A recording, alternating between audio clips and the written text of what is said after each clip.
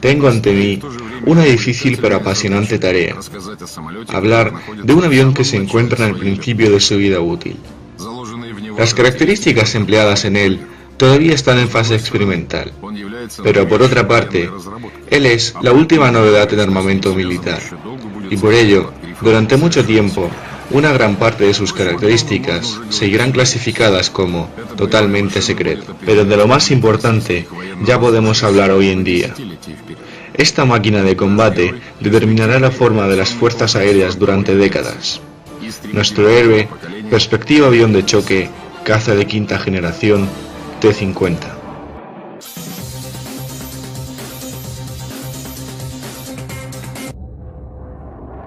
En los años 70, en plena era de la carrera armamentística, dos superpotencias compiten apostando por un par de cazas de choque cada uno.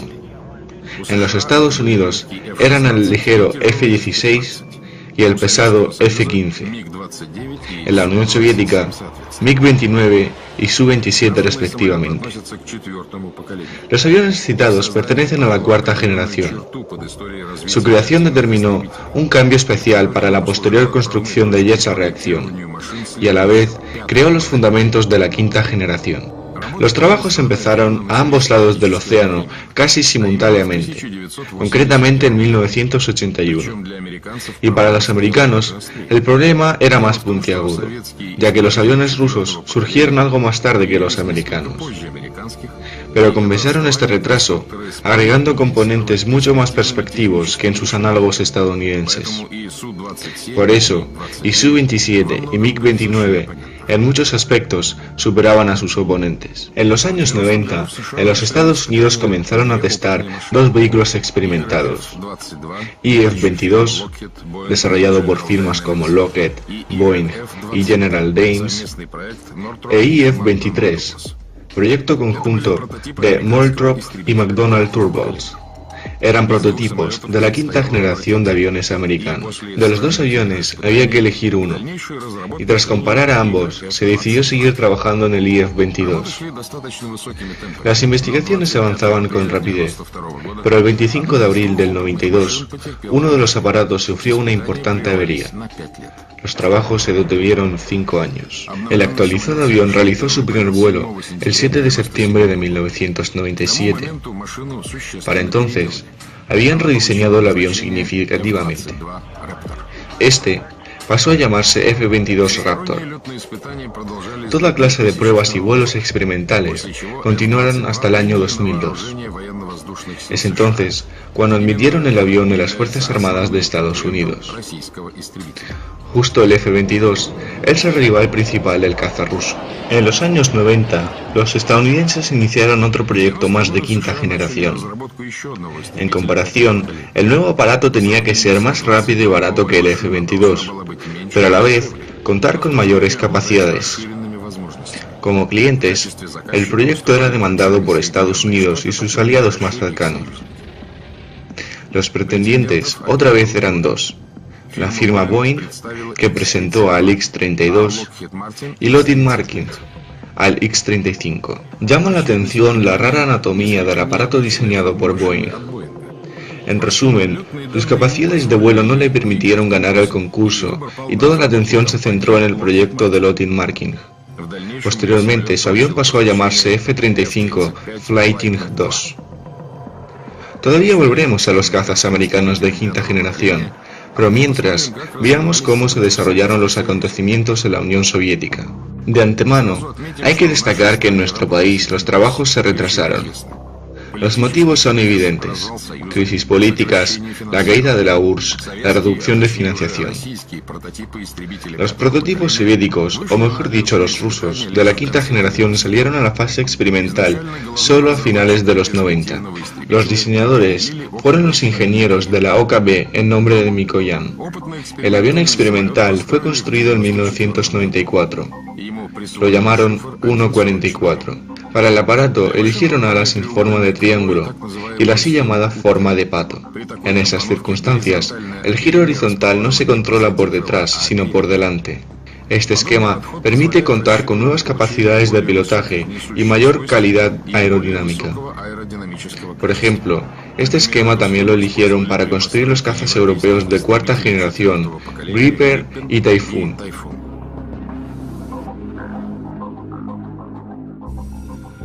El esquema de Pato en el OKB fue probado por primera vez en el 44, en la máquina experimental MiG-8.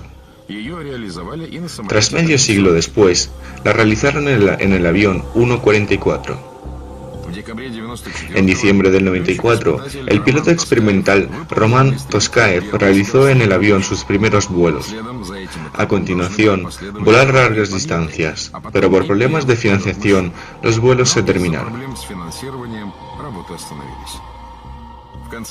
A finales de los 90, intentaron reanudar el proyecto de nuevo. En enero de 1999 se realizó la presentación oficial y el 29 de febrero del año 2000 el caza se alzó en el cielo. Pilotó el aparato el piloto experimental Vladimir Garbunov.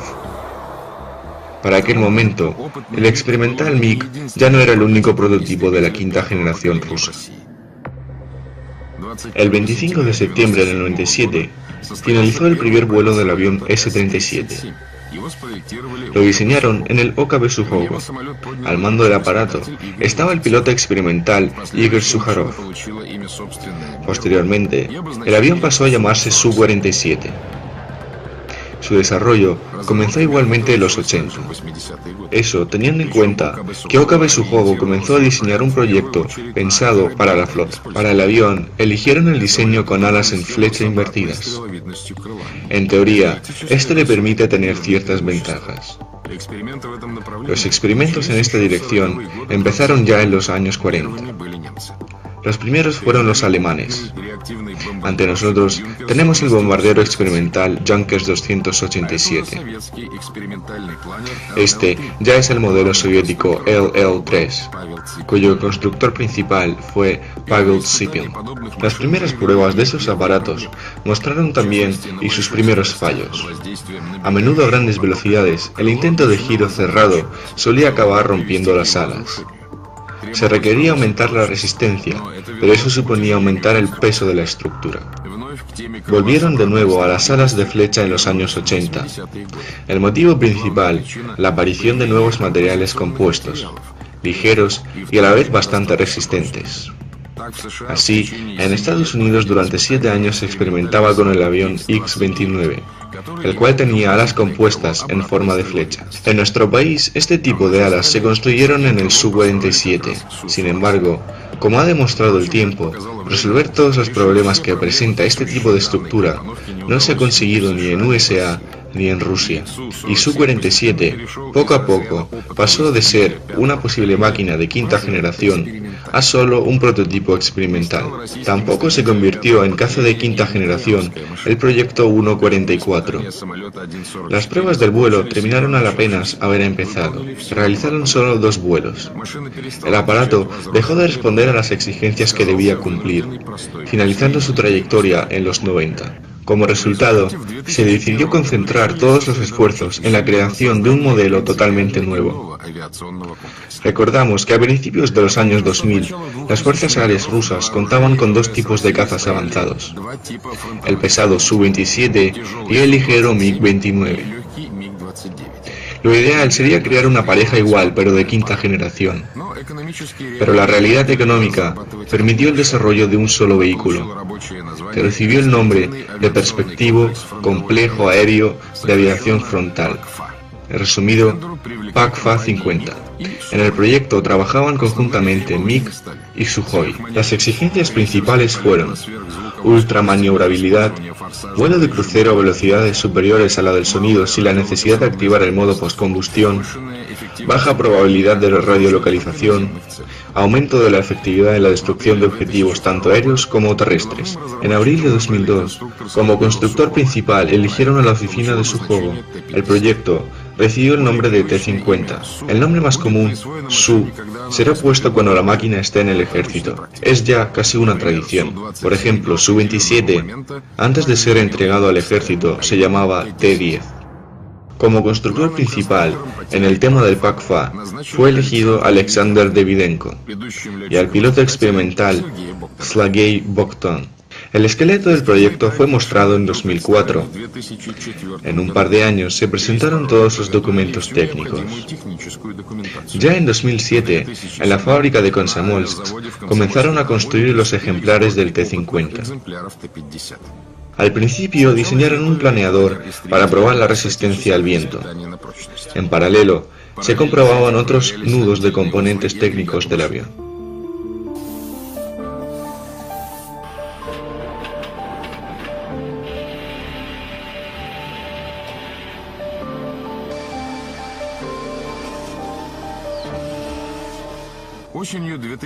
En otoño de 2009, construyeron el así llamado complejo de tierra. Prácticamente, ya tenían montado todo el avión, solo que no estaba preparado para volar. Su función era experimentar en tierra los sistemas en cabina. Justo en esta máquina, en diciembre del 2009 fueron llevados a cabo los primeros giros y movimientos del T-50. En enero de 2010 ya estaba listo el primer ejemplar del caza, diseñado para volar. Al principio, la máquina igualmente fue probada en tierra. Giros, tomas de velocidad en la pista de despegue. Era imprescindible comprobar el idóneo funcionamiento de todos los componentes del avión. El momento histórico finalmente llegó el 29 de enero de 2010. Ese día, Sergei Boldin por primera vez alzó el caza en el cielo, en la fábrica experimental de Komsomolsk. El vuelo duró 47 minutos.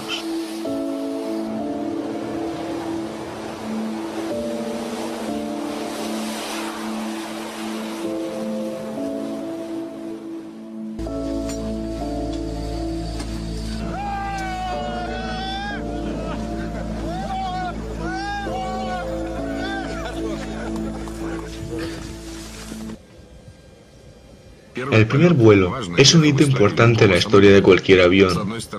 Por una parte, es el resultado de un gran trabajo. Por otro, es un punto en la biografía aérea del avión. Y antes de que de verdad se finalice, el aparato debe superar más de 100 vuelos experimentales. La metódica de experimentación consiste en la prueba sistemática de cada una de las capacidades con las que debe cumplir el avión. La primera demostración pública del avión tuvo lugar en agosto de 2010. En vez de una cumbre internacional, el lugar escogido fue la Internacional Conferencia MAX. A los espectadores les mostraron figuras de pilotaje superior.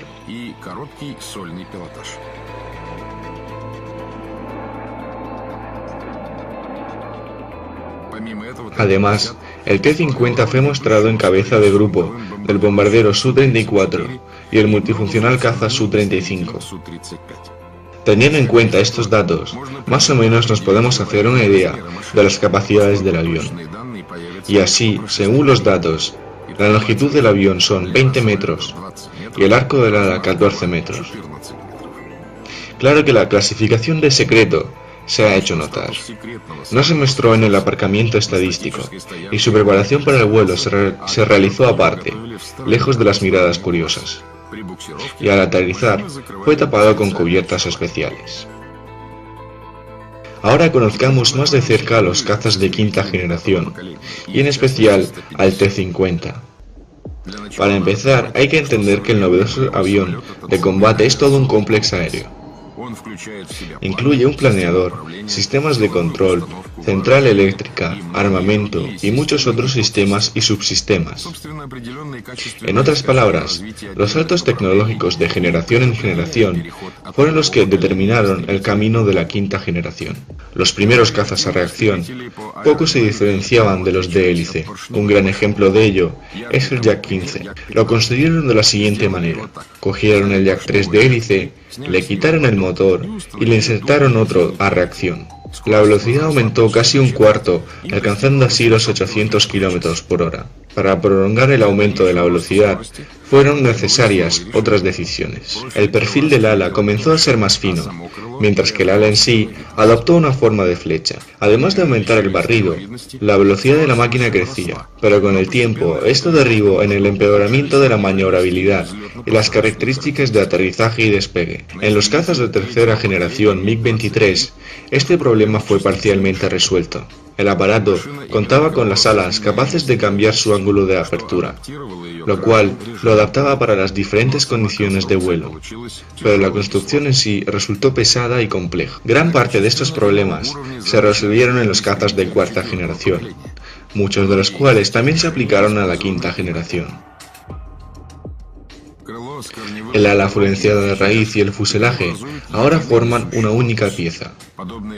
Una estructura así solucionó significativamente el problema de la maniobrabilidad. En la cuarta generación empezaron a utilizar un sistema electrónico de control a distancia, SDU. En vez de conectar los mandos al aparato mecánicamente, las órdenes del piloto están conectadas a un sistema en cabina, que analiza los parámetros de vuelo y envía unos impulsos determinados a los órganos de dirección. Es decir, a un mismo movimiento de manivela, el sistema regula los impulsos dependiendo de la velocidad y la altitud de vuelo. Las alas del T-50 las armaron de unos alerones, palerones y flaperones. Además de ello, los giros se apoyaban de flaps delanteros que regulan las corrientes de aire delantero. Esto lo convierte en un órgano extra de control. El avión cuenta con flecos dobles verticales y los giroestabilizadores.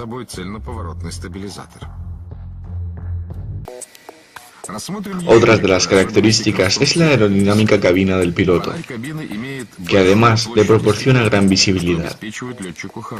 El apoyo delantero del chasis cuenta con dos ruedas. Su diámetro es alrededor de 60 centímetros. Los apoyos están protegidos por un pequeño escudo antisuciedad, que protege a los motores turborreactivos de la absorción de objetos ajenos de la pista. Las ruedas del chasis principal tienen un diámetro algo más superior de 1 metro, que cuentan con frenos de disco. Todos los apoyos del chasis se resguardan de forma vertical durante el vuelo.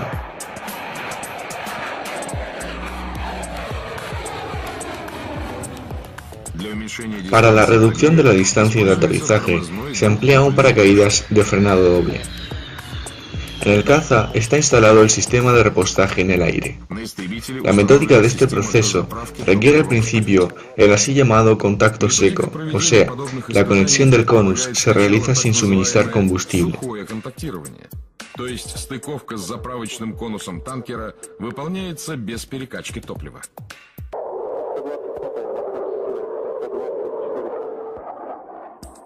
Lo que diferencia principalmente a los jets actuales son el empleo de materiales compuestos basados en el carbono, algo que con facilidad podemos apreciar en el aún sin pintar T-50. Los componentes de carbono son de tono grisáceo. La primera vez que se emplearon materiales compuestos en la Unión Soviética fueron en los cazas de cuarta generación MiG-29. Al principio, la cantidad de materiales hechos de carbono no superaban el 10%. En los cazas de quinta generación suponen 1/4 y en su mayor parte por la superficie. Esto hace al avión menos visible para los radares. El bajo nivel de radiolocalización es otra obligación para los cazas de quinta generación. La radiolocalización de un avión consiste en la anchura de la zona de dispersión de las ondas electromagnéticas, llamadas KPR. Se mide en metros cuadrados. Por ejemplo, para los cazas de cuarta generación de tipo Su-27 y F-15, la longitud de dispersión supone alrededor de 15 metros cuadrados. Hay que entender que esto no es el área del avión, sino un valor medio de longitud. La KPR se ve influenciada tanto por la longitud como por la forma de los aviones. Lo que más longitud de dispersión genera son finas chapas de poco grosor, tales como las quillas o las paredes laterales del fuselaje. Igualmente, en la radiolocalización influyen los elementos rotantes, como las turbinas del motor, o las partes que sobresalen de la estructura. Para reducir la visibilidad de radiolocalización, existe todo un complejo de medidas. Muchas líneas de los cazas de quinta generación se localizan de forma paralela unas con otras. Por ejemplo, los bordes de las alas, la cola y la cabina. Los extremos de la cola son paralelos al motor, la cabina y el fuselaje. De esta forma, se minimiza la cantidad de señales rebotadas en el avión. Una gran visibilidad en el espectro radiolocalizador son las armas que sobresalen del fuselaje. Por eso, en el caza de quinta generación, todas las armas principales se encuentran dentro del fuselaje, aislados por solapas. Los canales de absorción de aire están estratégicamente construidos de tal forma que no revelen al radar la actividad de los motores. La reducción de la radiovisibilidad en parte también se debe a la capa de materiales especiales que interfieren en las ondas. Todas estas medidas son las que comprenden las tecnologías stealth, que se hicieron famosas en los años 80 con la aparición del avión americano F-117. En lo que se refiere al caza americano de quinta generación F-22, su plazo de dispersión comprende 0,4 metros cuadrados, es decir, 30 veces menos que los cazas de tipo Su-27 y F-15.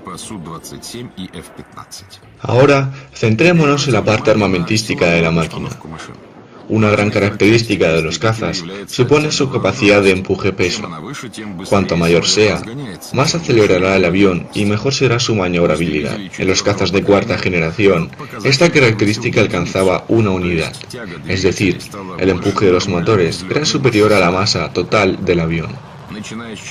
Empezando en la cuarta generación, los jets cuentan con dos turborreactores idénticos. Un motor a turborreacción normal funciona de la siguiente manera. En el interior se absorbe aire atmosférico, necesario para la quema de combustible. Por la boquilla, con aún mayor velocidad, se expulsan gases calientes, creando empuje. Estos gases al mismo tiempo rotan la turbina y a su vez al compresor, gracias a lo cual el aire accede a la cámara de combustión bajo altas presiones. En un motor turbofan, parte del aire absorbido se expulsa al exterior. De este modo, para crear empuje se consume menos combustible. En otras palabras, un motor turbofan se caracteriza por su ahorro de combustible, aunque esto solo lo podríamos afirmar mientras el modo postcombustión esté apagado. Si el piloto enciende la postcombustión, sin importar el tipo de motor, el consumo de combustible aumentará casi 3 veces más. Y esto, teniendo en cuenta que el empuje solo aumentará alrededor de un 70%. Pero la postcombustión es imprescindible. Por ejemplo, lo usan en el despegue para reducir la distancia necesaria para iniciar el vuelo. Estos modos son de escasa duración y tampoco se consume tan críticamente el combustible. Otra cosa es cuando durante el vuelo el piloto se ve obligado a utilizarlo por largos periodos de tiempo.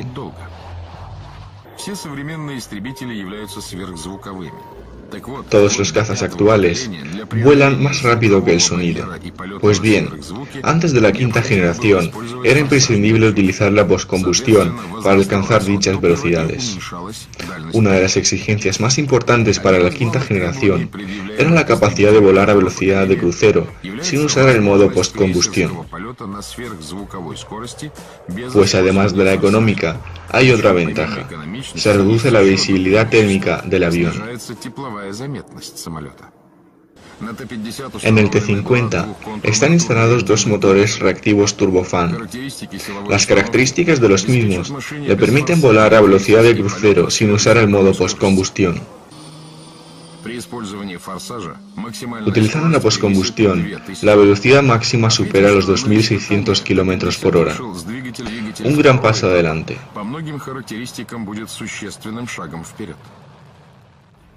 La principal base de desarrollo del PACFA 50 es el Instituto Tecnológico Saturn, donde otra de las exigencias a los propulsores es el control del vector de empuje. Gracias a los sopletes de giro, se cambia la dirección del empuje. En Rusia, por primera vez, componentes así aparecieron en la generación 4+. El manejo del vector de propulsión permite aumentar significativamente la maniobrabilidad y un buen manejo del aparato a bajas velocidades, aumentando la seguridad del vuelo. Veamos ahora cómo están distribuidas las cualidades de combate del avión estadounidense. En general, la ideología es la misma. El F-22 cuentan con dos propulsores reactivos turbofan. El empuje de cada uno, con el modo postcombustión, supone 15,8 toneladas. Hay diferencias. A los propulsores del F-22 se emplearon boquillas planas. En consecuencia, manejar el vector de propulsión solo es posible verticalmente. La ventaja de una boquilla así reside en que el chorro de la llama pierde el calor más rápidamente en el medio que la rodea, lo que disminuye la visibilidad infrarroja del avión. Las pruebas experimentales de la boquilla plana tuvieron lugar y en nuestro país. Se obtuvieron buenos resultados prácticos. Por eso, no se excluye que las boquillas planas también se empleen en los cazas rusos de quinta generación. Ahora veamos otra distribución militar de otro aparato de quinta generación estadounidense. Tiene un solo propulsor. La boquilla es redonda. El empuje genera 19,5 toneladas. Y sin embargo, su masa máxima de despegue supone 19 toneladas. Tengamos en cuenta que el empuje supone, de esta forma, menos de una unidad, y el vuelo de crucero lo realiza a menor velocidad que el sonido. En otras palabras, formalmente, el F-35 no es una quinta generación en todos los parámetros, pero a la vez es una máquina mucho más universal. Basta con decir que el avión está desarrollado en 3 versiones. Opción A, caza de base terrestre para la Armada estadounidense y otros 9 países más. Opción B, para el Cuerpo de Marines de Estados Unidos y las Fuerzas Armadas del Reino Unido. Opción C, máquina para la cubierta de los portaaviones americanos. Desde el punto de vista más fuerte, la máquina más interesante es la opción B. Es un avión de despegue horizontal y aterrizaje vertical. Para ello, la boquilla del motor puede rotar mientras que, detrás de la cabina, ha instalado un ventilador que genera propulsión vertical. Funciona gracias al eje del motor.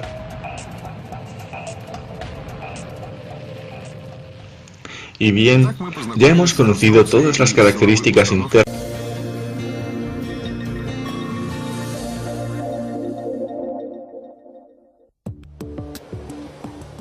Perspectivo Complex Aéreo de Aviación de Choque, caza ruso de quinta generación T-50, realizó su primer vuelo el 29 de enero de 2010.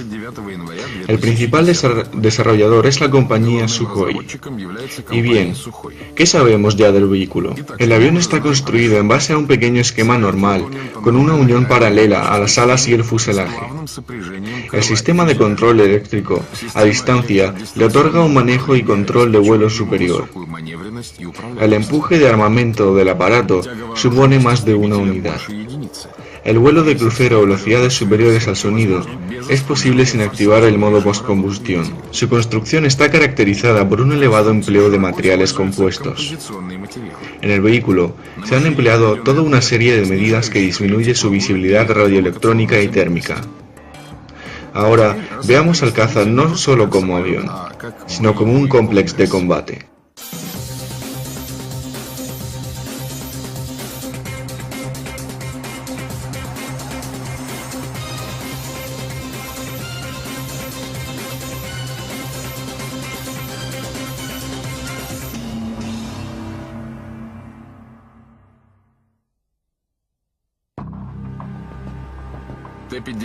T-50 ha sido diseñado como una multifuncional máquina de combate y desempeña las funciones de un caza y un bombardero. Es decir, puede abatir tanto objetivos aéreos como terrestres. Los cazas de generaciones anteriores se construían sobre todo como luchadores aéreos. Muchos de ellos podían trabajar en el suelo, pero no tan efectivamente como los cazas diseñados específicamente para ello. El cambio de este concepto se apreció con la modernización de los cazas de tipo MiG-29 y Su-27 hasta la generación 4 Plus. En su amplio abanico de armamento aparecieron las bombas inteligentes y misiles guiados clase aire-tierra. Y lo más importante, los aparatos recibieron nuevos sistemas de control de armamento. La pieza clave del armamento a bordo es el sistema de radiolocalización. El desarrollador principal de este sistema para el T-50 fue la tecnoconstructora en nombre de Tijamirov. Justo en esta compañía, a mediados de los 50, se desarrolló el primer localizador para los cazas a reacción. Con él, armaron a los interceptores MiG-17. Las características del sistema permitían detectar objetivos aéreos en un radio de hasta 15 kilómetros.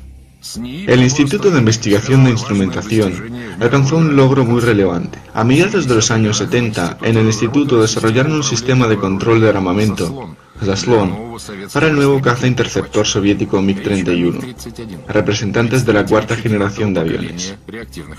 En el avión, instalaron un localizador con la así llamada antena de rejas por fases, y lo hicieron por primera vez en el mundo. En los localizadores de generaciones anteriores, la observación del exterior se realizaba con el movimiento mecánico de la antena. El nuevo sistema de localización se produce de forma electrónica. Esto aumentó significativamente la rapidez del sistema y permitió seguir y atacar a varios objetivos a la vez.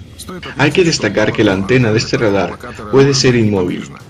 Por otra parte, si se necesita aumentar la zona de escaneado, se puede hacer y con movilidad. Por ejemplo, así está constituido el localizador del Su-35. Esta máquina pertenece a la generación 4++, y por sus características se acerca mucho a la quinta generación. El localizador del Su-35 es capaz de fijar hasta 30 objetivos. La longitud del escáner llega a los 400 kilómetros. En lo que se refiere al T-50, el localizador desarrollado para este avión cuenta con antenas con rejas por fases, su diminutivo, AFAR. Si antes en la estación se instalaba un gran transmisor, ahora cada módulo transmisor cuenta con su propia miniatura. Esto aumenta la fiabilidad del sistema y permite manejar la señal con mayor flexibilidad. Hay otro aspecto relevante. Para el T-50 no solo prepararon una estación de radiolocalización, sino todo un multifuncional sistema radioelectrónico. Además de la localización de objetivos aéreos y terrestres, el sistema resuelve y otra multitud de objetivos, entre ellos la navegación, exploración radiotécnica, reconocimiento, radiocontramedidas. En el sistema de control de armamento del vehículo incluyeron una estación óptico-localizadora. Se localiza delante de la cabina. La primera vez que se usó un sistema así fue en los cazas de cuarta generación MiG-29 y Su-27. La estación busca su objetivo por las emisiones térmicas. La distancia del objetivo se determina con un telémetro designador. En combate cuerpo a cuerpo, la estación puede trabajar en cooperación con los designadores del casco del piloto.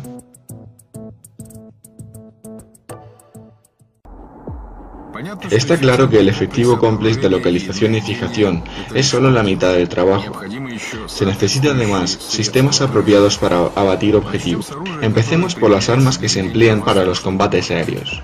En concreto, por los misiles guiados de la clase aire-aire. Los primeros misiles guiados que surgieron en los cazas soviéticos surgieron a finales de los años 50. Su alcance máximo era de 3 a 6 kilómetros. Muy poco para las armas de hoy en día. Pero por aquel entonces, en medio de ametralladoras y armas convencionales, estos misiles eran una auténtica revolución. A medida que se perfeccionaban los misiles y los métodos de fijación, aumentaba ya el alcance de disparo.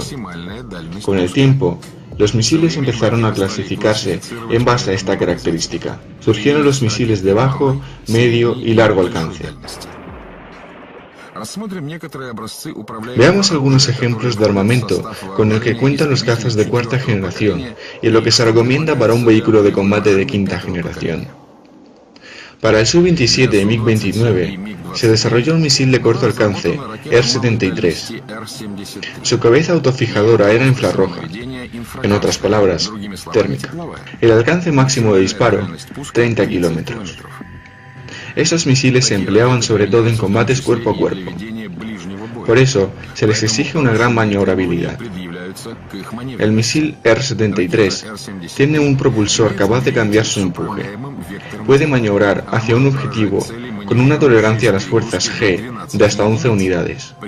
Y esto teniendo en cuenta que el misil mismo puede resistir 40 unidades. El desarrollo del R-73 se realizó a partir del RBB-MD, que significa misil aire-aire de bajo alcance. Fijémonos ahora en los misiles de medio alcance. En la cuarta generación son los R-27, que a su vez tienen dos formatos. El primero térmico, el segundo con una cabeza medioactiva de radiofijación. La cabeza medioactiva exige la fijación del objetivo con el designador del avión.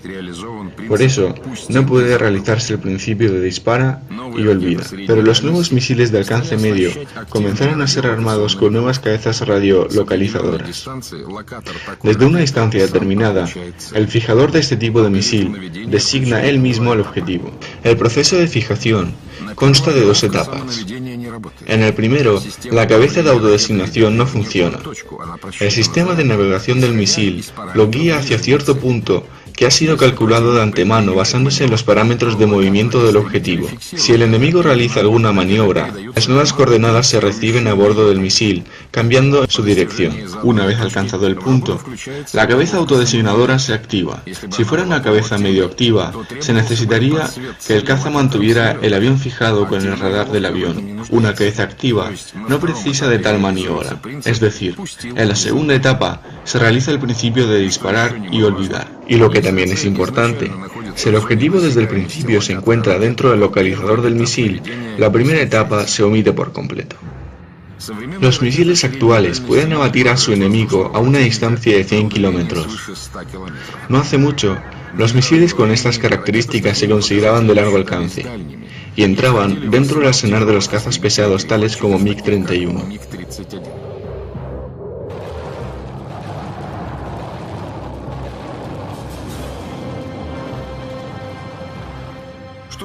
En lo que se refiere a las armas guiadas de clase aire-tierra, su nomenclatura es notablemente más amplia. Esto se debe al volumen de los objetivos.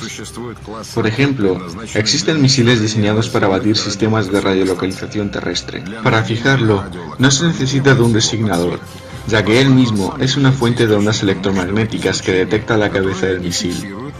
Antes, para desorientar a misiles así, los radares en tierra por un corto periodo de tiempo se apagaban. Los misiles actuales recuerdan las coordenadas de la estación y son guiados hasta su objetivo por el piloto automático. Otra clase la forman los misiles navales. Los buques de guerra normalmente tienen buenos sistemas antiaéreos, lo que hace peligroso acercarse desde el avión a ellos. Por ello, los misiles antinavales actuales cuentan con un enorme alcance, desde 70 hasta 260 kilómetros dependiendo del tipo de misil. La aproximación al objetivo se realiza a muy baja altura, haciéndolas menos vulnerables a los sistemas antiaéreos de la flota.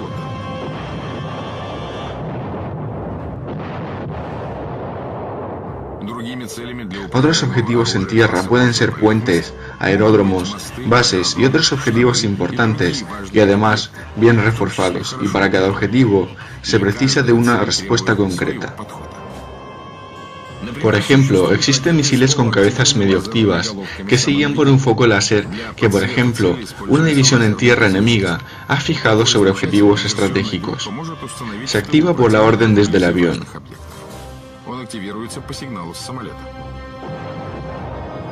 Hay misiles sin cabezas de navegación. Vuelan hacia el objetivo siguiendo las coordenadas fijadas desde hace mucho tiempo por un satélite militar.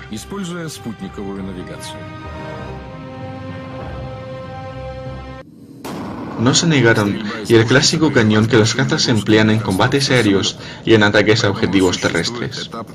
El disparo desde el cañón conlleva un gran esfuerzo para la estructura del avión. Por ello, existe una etapa de pruebas en tierra para medir estos efectos. En lo que se refiere a los cazas estadounidenses de quinta generación, su sistema de armamento igualmente se basa en los radiolocalizadores con antenas de rejas por fases. El armamento permite atacar efectivamente tanto objetivos aéreos como terrestres. El armamento principal también se encuentra dentro del fuselaje. Un caza actual debe no solo saber atacar efectivamente, sino también defenderse bien. El complejo de defensa se encarga de facilitar al piloto todo el control de la situación en el exterior. El objetivo es reducir al mínimo un ataque por sorpresa del enemigo y hacer imposible el funcionamiento de su complejo de fijación. Así, sensores especiales advierten del lanzamiento enemigo y en caso de fijación por un radar o láser, se enciende un sistema de interferencias.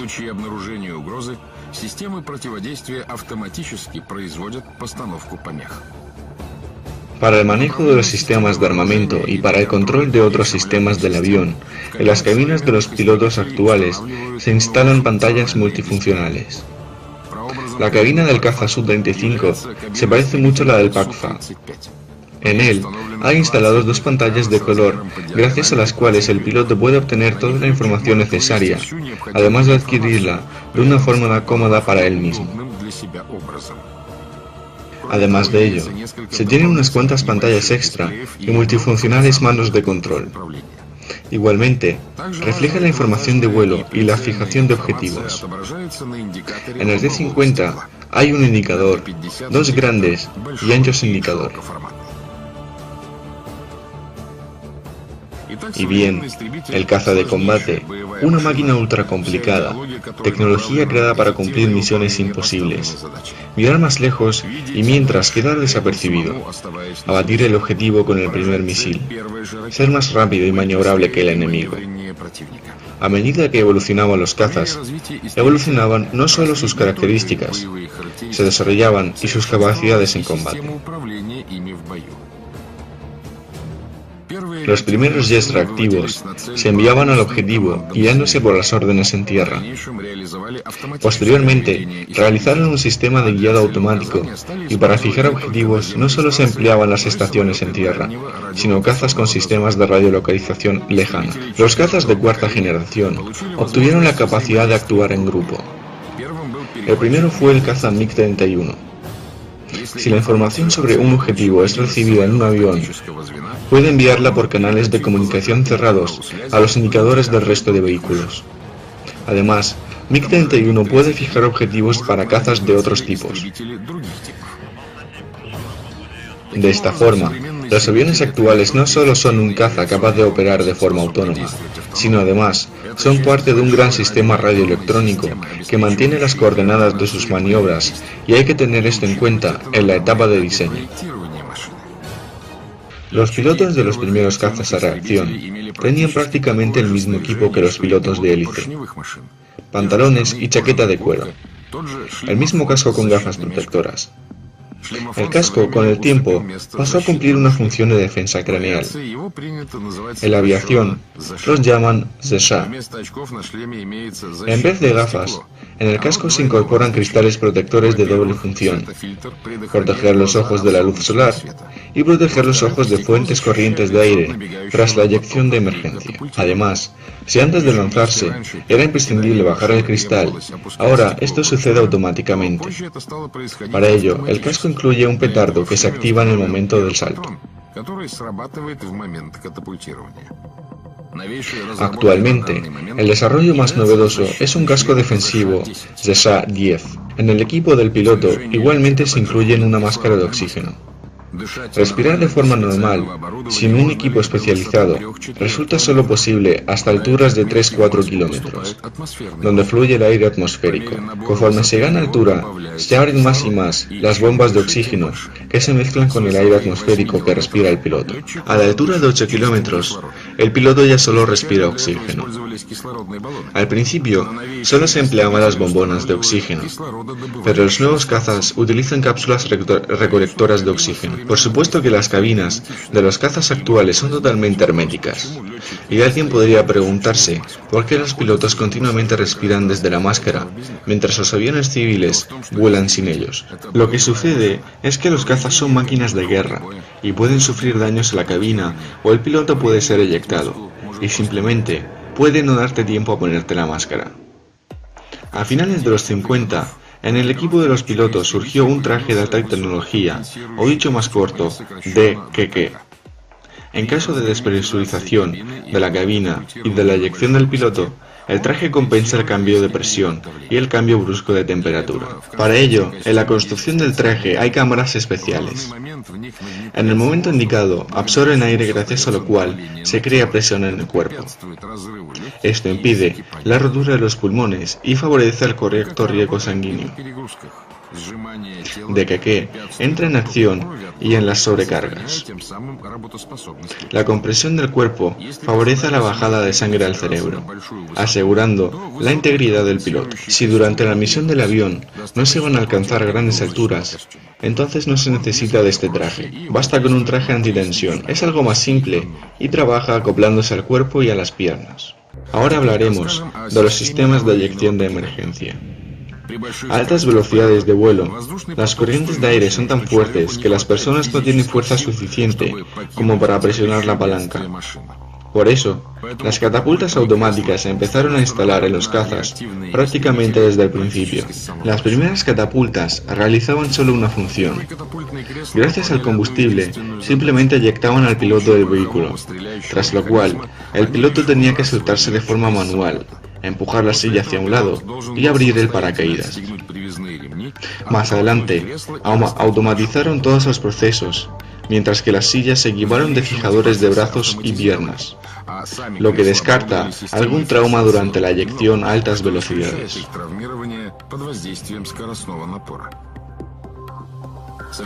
Los eyectores actuales están equipados con motores de combustible sólido que se activan tras la salida de la silla del avión, lo que permite salvar al piloto incluso a altitud y velocidad cero.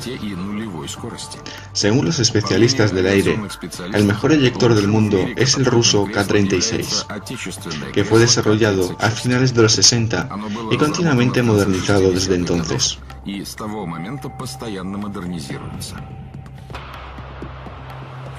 El eyector asegura la vida del piloto desde 0 hasta 25.000 metros.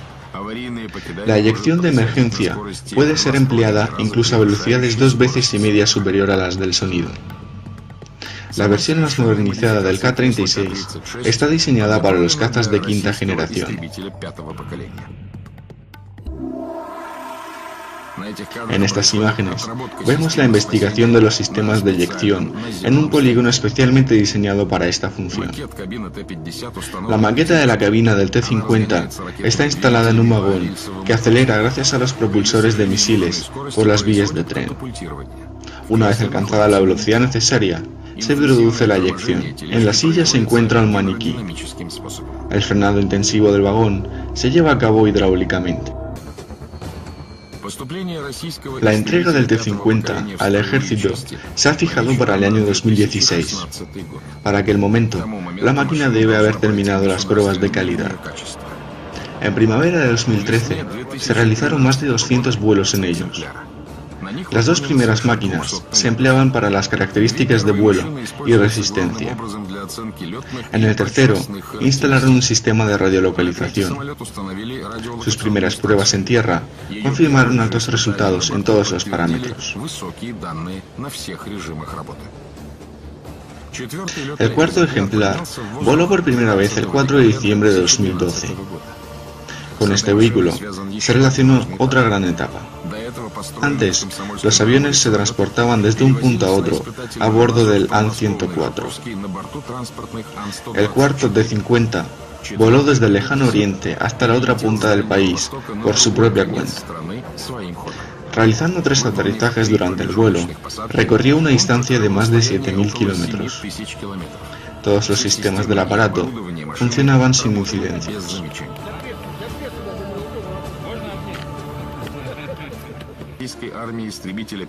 La adopción para el ejército ruso del caza de quinta generación permitirá aumentar el potencial de combate de las fuerzas aéreas rusas. Su desarrollo y el inicio de producción en masa permitirá elevar a la industria y los conocimientos aéreos a un nuevo nivel. En la base del T-50 será creado un caza para las fuerzas aéreas de India. El contrato entre ambos países se acordó ya en el 2007.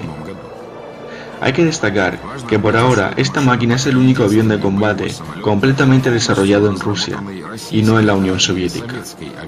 Al mismo tiempo, hay que comprender que la creación de este vehículo difícilmente sería posible sin la experiencia almacenada en los tiempos de la URSS. Es muy importante preservar esta experiencia y aumentarla. Cada persona tiene su lugar en el mundo. El nuestro, por decirlo así, es desarrollar aviones. Y eso es prácticamente lo que hacemos.